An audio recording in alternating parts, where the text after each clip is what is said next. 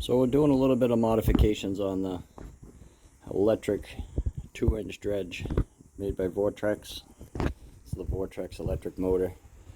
Runs off of lithium ion 100 amp batteries.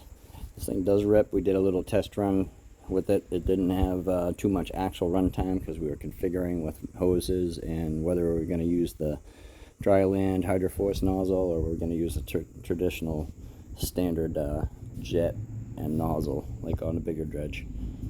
Well, David Frank, the creator, sent me this to try out, which is basically one of these. But the problem is going from a P90 into this with a long suction hose and this being up by the box with it being so big, you're losing a ton of pressure right here. So the hydroforce was actually working better than the regular jet, but he's saying that with this triple port design, if you see in there, see those holes that are drilled, they're actually facing back the other way. They're drilled on such an angle it's shooting the water. So our suction line is going to be hooked onto this grabbing material down at the end of the nozzle.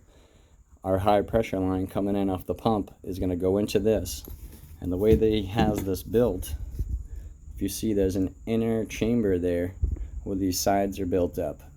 So I would assume that probably from here to here is hollow in between here in this section.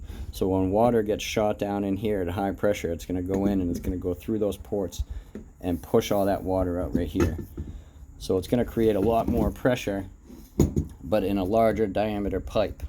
So we're going to have to test this also, and I kind of have a theory that this clear line here is going to have to be shorter than 20 feet, I believe, with that amount of diameter on that pipe. So right now there's a sleeve in there, so our jet will slide through here over the sleeve between this and be clamped on there, and then our high pressure line is going to be coming off of this going into that jet that I just showed you.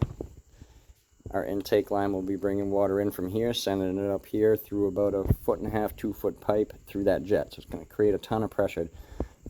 It's going to be really close to the crash box too though, so I'm not quite sure how that's going to operate. Alright, so we got it all hooked up. It's the pressure jet. That will be our pressure line. Our intake will be going down. It's right there obviously because we're not in the water. High pressure will go through here, create a vortex, which will suck material through the pressure of the suction nozzle and out through the sluice box.